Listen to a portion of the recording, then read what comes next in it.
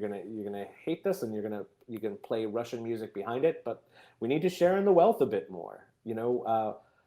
Someone said that we have a labor shortage, and it's not a labor shortage, it's a wage shortage. People know that they're in demand. That's what happens after every pandemic.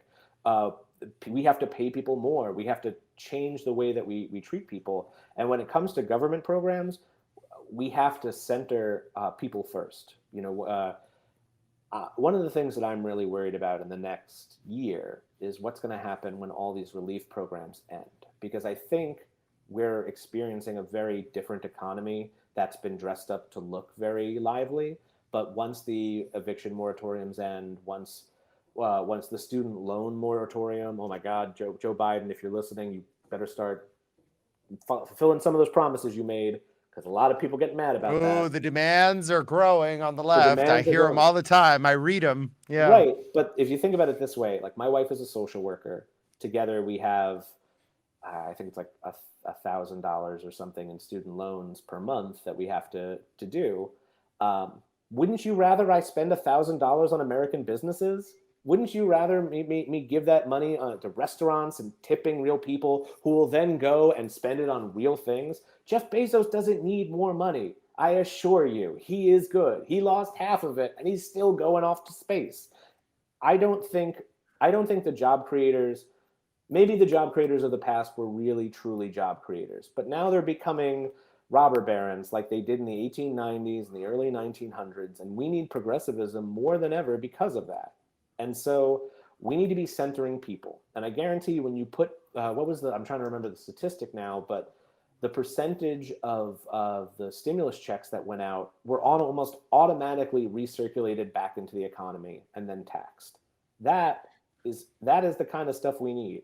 I mean, we bailed I, out the I bank. guess I guess where I peel off, Ryan, is all of this is well intended, but if you forgive student loans, you have to reform higher education, and if you help people, you have to Sure. address the root causes of what's causing these issues. So to me, student debt and poverty and lack of healthcare coverage is more a symptom of the problem rather than the problem.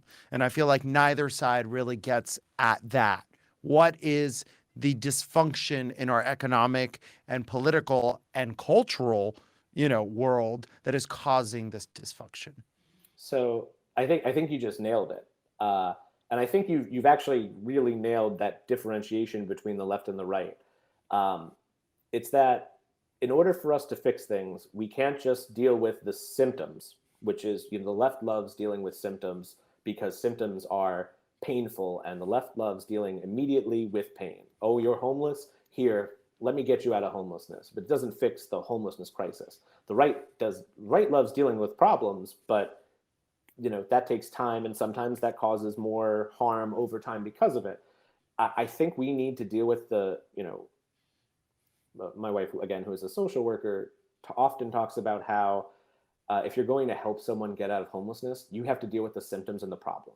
You can't just give someone lithium if they're bipolar and then be like, great, you should be out of your homelessness situation in the next week.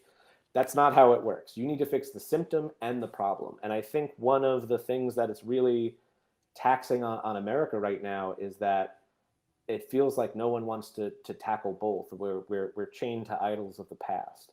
And I think what's so important about podcasts like this and the work that lots of people out there are doing is that they're trying to get new ideas and new people in who are not beholden to how these things work. And I think that's the way we're really going to change stuff.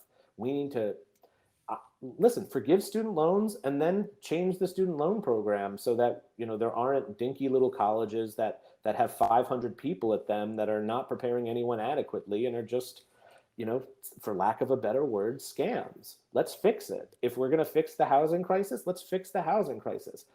uh, I think that America would be better off if we were all fully invested, and I think that's the thing that we all really need to come by.